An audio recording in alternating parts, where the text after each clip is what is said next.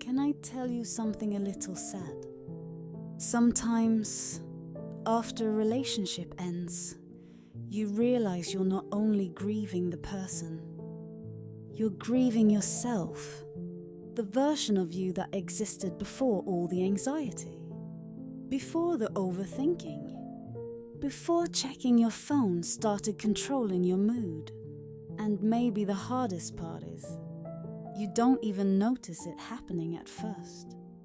It happens slowly, quietly.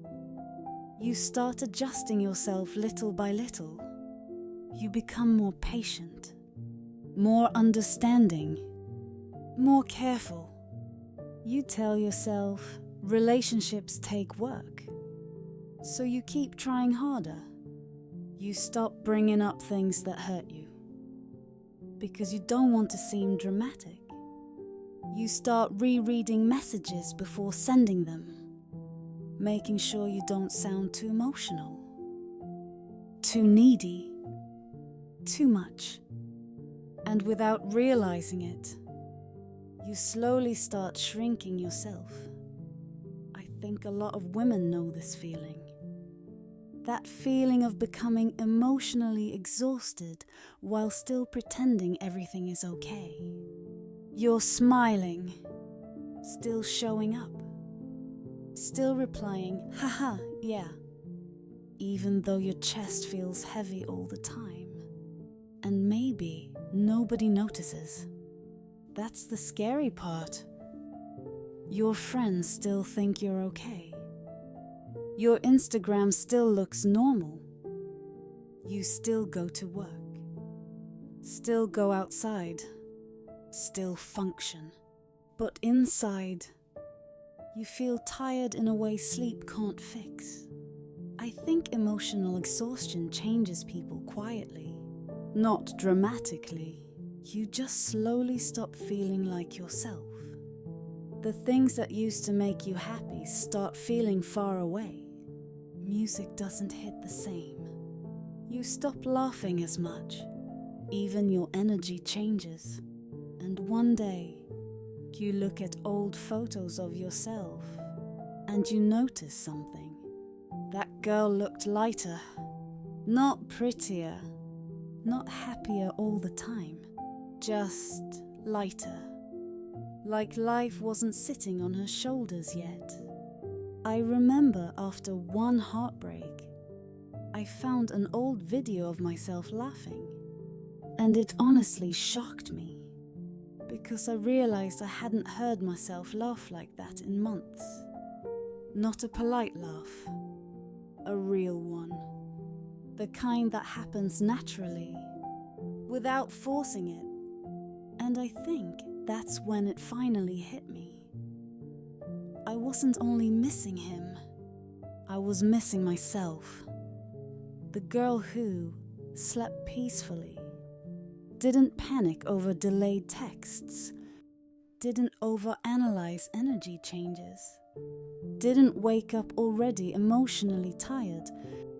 You know what's dangerous? When anxiety becomes your normal. Because eventually, you stop questioning it. You just adapt. You start thinking, this is just what relationships feel like. But deep down, your body knows when something isn't healthy, even before your mind admits it. Maybe that's why you felt constantly tired. Because loving someone shouldn't feel like emotional survival. You shouldn't have to constantly decode someone, wondering, are they upset? Did I do something wrong? Why do they feel distant today? That kind of love slowly drains people. And the saddest part, you probably blamed yourself. You thought, maybe I'm too sensitive. Maybe I expect too much. Maybe I'm hard to love. My dear, being emotionally affected by inconsistency is not weakness. It's being human. I think women are taught to tolerate confusion for way too long, to be understanding, patient, empathetic, to give people time, to wait, to hope. And sometimes we stay so focused on understanding someone else that we completely abandon ourselves. And then one day, you wake up and realize your whole emotional world started revolving around another person. Their attention controls your mood. Their replies control your peace. Their distance controls your anxiety. And that's such a painful realization, because love is supposed to add to your life, not consume it, not erase you, not make you feel like you're slowly disappearing. I think one of the most heartbreaking moments is realizing how long you ignored yourself. How many times your intuition tried to warn you. How many nights you felt lonely beside someone and still convinced yourself maybe things will get better. And honestly, sometimes they do care about you. That's what makes it confusing. Because people can love you and still hurt you emotionally. People can want you and still not know how to protect your heart. And I know that's hard to accept. Because part of you keeps searching for a clear villain, a simple answer. But emotional pain is rarely simple. Sometimes people hurt others because they're emotionally unavailable. Sometimes because they're selfish. Sometimes because they're wounded too. But regardless of the reason, you still deserve peace. You still deserve emotional safety. You still deserve consistency. And my dear, love should not constantly leave you confused. I think that's something more women need to hear. You should not have to earn basic reassurance. You should not feel guilty for needing affection, or clarity, or emotional presence. Those are normal human needs. And healing from this kind of relationship is strange, because you're not only healing from missing someone, you're healing from becoming someone you barely recognized. At first, you don't know who you are anymore. The silence feels uncomfortable. You still expect notifications, still reach for your phone automatically, still think about them throughout the day, even when you don't want to. But slowly, very slowly, you begin returning to yourself. Not all at once, in tiny moments. You laugh again unexpectedly. You sleep a little better. You stop checking your phone as much. Your nervous system finally starts calming down. And maybe nobody notices these changes. But you do. You notice that your chest feels lighter, that your mind feels quieter, that you can sit alone without feeling abandoned. And honestly, that's huge. Healing isn't always dramatic. Sometimes it's just waking up one morning and realizing you didn't think about them immediately. And for the first time in months, you breathe normally.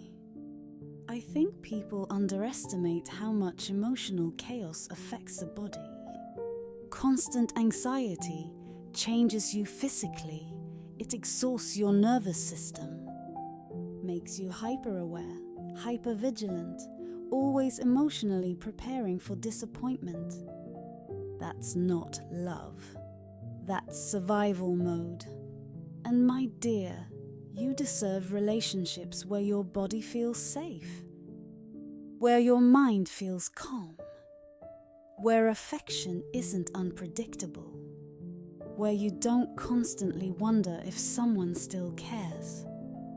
I think real love feels a lot quieter than emotional chaos. Not boring, just safe, steady, clear, warm, like finally being able to relax. And maybe right now, you still miss them. That's okay. Missing someone doesn't automatically mean they were right for you. Sometimes your heart misses familiarity, even when familiarity hurt you. Please remember that. Because a lot of women return not because the relationship was healthy, but because the emotional attachment was strong. Those are very different things. And honestly, I don't think healing means suddenly becoming cold or pretending you never cared. I think healing means learning how to care about yourself too. Little by little, you start rebuilding your life. You listen to music again. You reconnect with friends. You spend time alone without feeling empty. You slowly remember who you were before all the emotional exhaustion. And one day, you notice something beautiful. You're no longer waiting, not for a text, not for reassurance, not for someone to finally choose you, because you already chose yourself. And maybe that sounds small, but it changes everything. Because once you stop abandoning yourself for love, you start attracting different kinds of relationships. Healthier ones, safer ones, more honest ones. I really want you to hear this part. You are not difficult to love. You are not too much. You are not needy for wanting consistency. The right person won't make you feel guilty for having emotional needs. And maybe the version of you that existed before this relationship isn't actually gone. Maybe she's just tired. Maybe she's been surviving for too long. Maybe she's waiting for you to finally come back to her. So please, be gentle with yourself.